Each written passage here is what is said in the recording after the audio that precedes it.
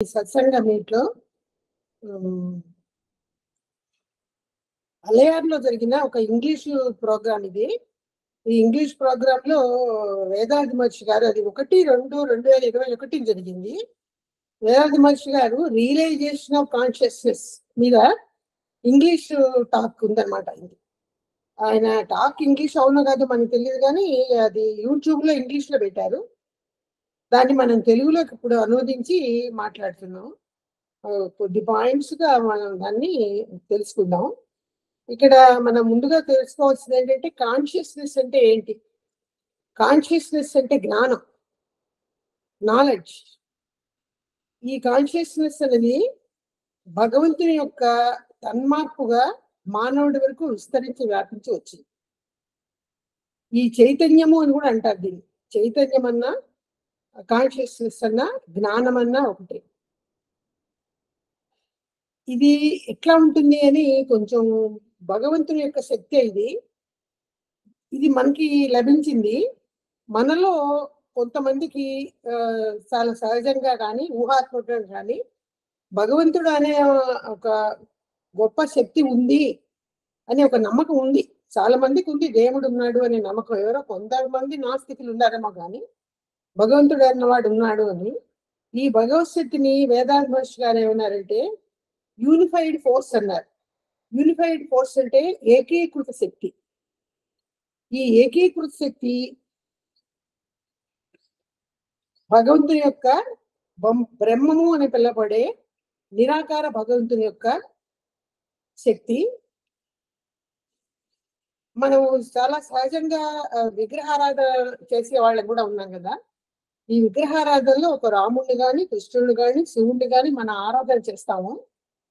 చేసినప్పుడు ఆ విగ్రహంలో ఉన్న ఫిజికల్ రూపాన్ని, ఫిజికల్ అపీరెన్స్ ని మనం అప్రిషియేట్ చేస్తూ మనసులో తలుచుకుని చేస్తాం. కానీ మనం ఆరాధిస్తున్నది ఏంటంటే ఆ రాముడిలో ఉన్నటువంటి గొప్ప శక్తి. ఆ శక్తి ఏంటి? ఆయన క్యారెక్టర్. ఆయన క్యారెక్టర్ ఏంటి? చాలా ఆదర్శకంగా ఉన్నటువంటి రాజ్య పరిపాలన, భార్యతో ఒకే ఏకపత్ని వ్రతం, తల్లిని తండ్రిని గౌరవించడం, తండ్రి మాట దెవదాడకపోవడం, లాంటి కొన్ని గుడ్ క్యారెక్టర్స్ అన్ని శ్రీరాముడిలో ఉన్నాయి. కాబట్టి మనం ఆయన స్వభావాన్ని, ఆయన ఆకారంతో పాటు ఆరాధిస్తున్నాం.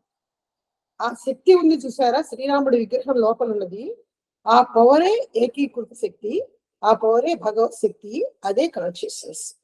ఈ రకంగా సాకార రూపంలో ఆరాధించిన వాళ్ళకి కానీ, నిరాకారంలో ఉన్న బ్రహ్మము అనబడే భగవంతుడి పట్ల విశ్వాసము, నమ్మకము, ఆరాధన, ధ్యానాలు ఉన్నదని ఎవరు చేస్తున్నది కూడా ఆ శక్తిని మనం ఆరాధిస్తున్నాం. రూపాన్ని కాకుండా రూపాన్ని కూడా తలుచుకుంటాము. ఆ రూపాన్ని తలుచుకున్నప్పుడు ఆ లోపల ఉన్నటువంటి గొప్ప శక్తిని మనం చూస్తాం. అదే ఏకీకృత శక్తి లేదా యూనిఫైడ్ ఫోర్స్, అదే కాన్షియస్నెస్, అదే జ్ఞానం. భగవంతుడు అనబడే ఈ బ్రహ్మాన్ని మనం రియలైజ్ చేసాం అనుకోండి, అప్పుడు కాన్షియస్నెస్ అనబడే ఆయన లోపల ఉన్న జ్ఞానాన్ని కూడా గుర్తించినట్టే, రియలైజేషన్ అంటే. అలాగే ఒకవేళ డైరెక్ట్ గా కొంతమంది మెడిటేషన్ చేసేవాళ్ళు డైరెక్ట్ గా వాళ్ళ శక్తిని ఆరాధిస్తారు. ఆ పవర్ని ఆరాధించి దాన్ని రియలైజ్ చేయడం అంటే జ్ఞానాన్ని పొంది, ఆత్మజ్ఞానాన్ని పొందిన వాళ్ళు కూడా ధ్యానాల ద్వారా వాళ్ళు కూడా కాన్షియస్నెస్ ని ఆరాధించి ఆ రియలైజేషన్ పొందితే వాళ్ళు కూడా గాడ్ అనే భగవంతుడిని రియలైజ్ చేసినట్టే. కాబట్టి కాన్షియస్నెస్ రియలైజ్ చేస్తే గాడ్ ని రియలైజ్ చేసినట్టు, గాడ్ ని రియలైజ్ చేస్తే కాన్షియస్నెస్ రియలైజ్ చేసినట్టు. మన వేదాల్లో కూడా చాలా చోట్ల బ్రహ్మము అంటే ఏంటో, నిరాకార స్వరూపమని, నిర్గుణమని, అనంతమని చాలా చోట్ల వర్ణన ఉంది. ఆ ఒక్క బ్రహ్మాన్ని గురించి వర్ణనే కాదు, అదే చైతన్యం అనమాట. ఆ చైతన్యం ఒక గొప్పతనాన్ని వేదాలు చాలా గొప్పగా పొగుడుతాయి, అభినందిస్తాయి అన్నమాట. వేదాలు మనం దాన్ని చూస్తాం. ఈ గొప్ప కాన్షియస్ పడే, జ్ఞానం అనబడే ఈ శక్తి యోగులు వాళ్ళ యోగం ద్వారా గుర్తిస్తారు. వాళ్ళ యోగ శక్తి వలన యోగులే గుర్తిస్తారు తప్పిస్తే మనలాంటి సామాన్య ప్రజలకు ఇది అందదు. మన మనసుకి అందే శక్తి కాదు ఆ కాన్షియస్నెస్. మెడిటేషన్స్ అనబడే ధ్యానాలు చేయడం వల్ల ఏమవుతుందంటే మన మనోవేగ తరంగాలు సహజ స్వభావంలో ఉన్న బీటా పవర్ నుంచి చాలా సున్నితము, ప్రశాంతము మనస్తత్వాన్ని, మనసుని తీసుకొచ్చే ఆల్ఫా లెవెల్‌కి టర్న్ అవుతాయి.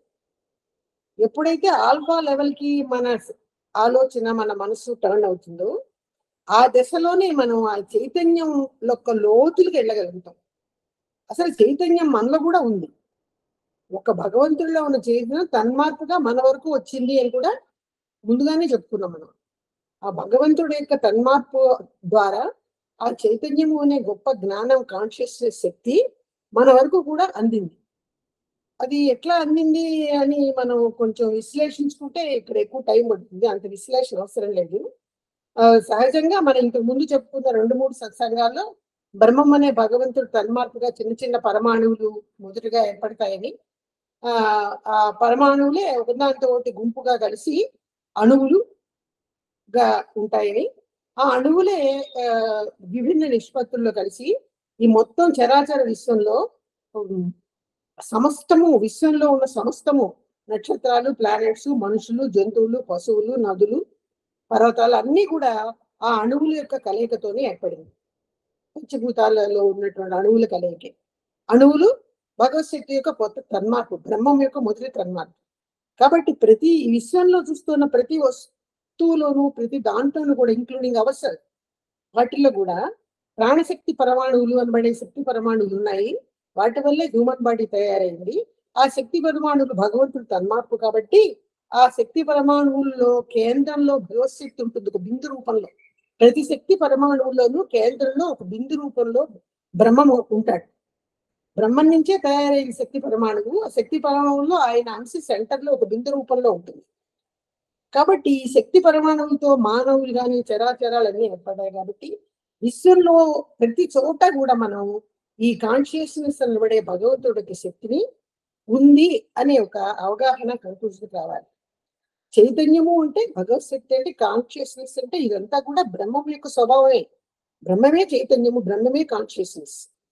ఆయనే తన్మాత్రగా చిన్న పరమాణువులే, పరమాణువుల కలయికతోనే ఈ విశ్వంలో అన్ని చరాచరాలు ఏర్పడ్డాయి కాబట్టి, ఆ పరమాణువుల కలయికతోనే పంచభూతాలు ఏర్పడ్డాయి. పంచభూతాలు విభిన్న నిష్పత్తుల్లో ఈ చరాచరాలన్నీ ఏర్పడ్డాయి. కాబట్టి భగవత్ శక్తి విశ్వమంతా ఆక్రమించుకుని ఉంది అనే ఒక మనం చక్కటి కన్క్లూషన్‌కి ఇక్కడ వచ్చేసేయాలి. అన్ని చరాచరాలను భగవద్ అంశమే ఉందండి. ఈ పరమాణువు అనబడే ఈ చిన్న అణువు మనలో ప్రతి జీవిలో ఆహ్, కోట్లాను కోట్ల పరమాణువులు, శక్తి పరమాణువులు మన బాడీ అంతా ఆక్రమించుకుని ఉంటాయి. అవి ఆత్మ ప్రదర్శనలో కూడా ఉంటాయి. అది భగవంతుడి నుంచి మనకు లభించిన ప్రాణం అదే. ఆత్మ ప్రదర్శనలో అన్నీ కూడా అలా కదులుతూ ఉంటాయి. ఒక భ్రమణం అనమాట అది. దీన్నే మన యాస్ట్రల్ బాడీ అని, సూక్ష్మ శరీరం అని కూడా అంటాము. ఈ పరమాణువులు ఎప్పుడైతే ఆత్మ ప్రదర్శనలో ఇలా గుండ్రంగా తన చుట్టూ తాను తిరుగుతూ ఒక భ్రమణంలో ఉంటాయో, దాన్ని శక్తి అంటారు. కాబట్టి అది శక్తి పరమాణువు. ఈ శక్తి పరమాణువులు ఏం చేస్తాయంటే కొంతకాలం ఇలా భ్రమణంలో ఉండి మన శరీరంలో కానీ, విశ్వంలో కానీ ఉంటాయి అదే రకంగా. ఆ భ్రమణం కొంత కొంత టైంకి ఆగిపోతుంది. ఆగిపోయిన తర్వాత చిన్నారి శక్తి పరమాణువు మా మనసుకి, కంటికి అందనటువంటి శక్తి పరమాణువు బ్రహ్మంలో కరిగి లయమైపోతుంది.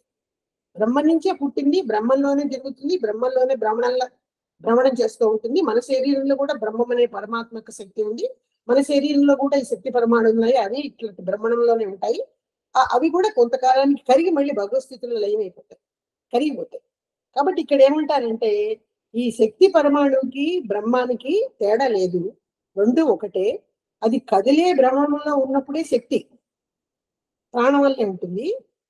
కదలకుండా బ్రహ్మంలో ఆ అణువు కరిగిపోయినప్పుడు అదే బ్రహ్మం అయిపోయింది. అదే భగవంతుడైపోయింది. అదే గాడ్. అదే ఆల్మైటీ. కాబట్టి ఆల్మైటీ అదే. ఆల్మైటీ అనబడే బ్రహ్మము అదే. దాని నుంచి తయారైనటువంటి శక్తి పరమాణు కూడా బ్రహ్మమే. ఆ శక్తి పరమాణు కేంద్రంలో కూడా చలనం లేని ఒక చిన్న స్థితి ఉంటుంది. అది బ్రహ్మం యొక్క అంశం అన్నమాట. ఇంతవరకు ఇంట్రడక్షన్ వల్లే మనకి చెప్పారు. చైతన్యాన్ని గురించి ఇంకా మనకేం చెప్పలేదు.